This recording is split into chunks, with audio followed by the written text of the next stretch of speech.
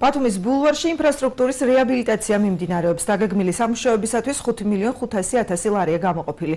პირველ ეტაპზე სასეირნო ბილიკებზე ფილები განახლდება, სამუშაოები ივნისში უნდა დასრულდეს. პროექტის მეორე ეტაპზე კი იგეგმება მიწისქვეშა კომუნიკაციების გამოცვლა, რაც სექტემბრის დასასრულს უნდა დაიწყოს. პროცესს დღეს აჭარის ფინანსთა და ეკონომიკის მინისტრი დავით ბალაძე გაიცნო.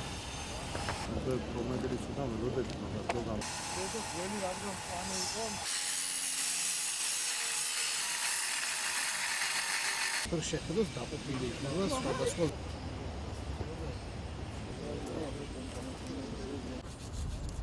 Კონდა რაღაც ხარვეზები მშენებლებთან დაკავშირებით, როგორც ხედავთ, მიმდებარე ტერიტორია, სადაც ჩვენ ვართ, მოხდება ნახევარი ფილების გამოსვლა, იმიტომ რომ ის უხარისხო არის. იყო სხვა კომპანიებთან რაღაც პრობლემები, რომლებიც გაითვალისწინდა და შესაბამისად პროდუქტს, რომელსაც მივიღეთ, იქნება ხარისხიანი.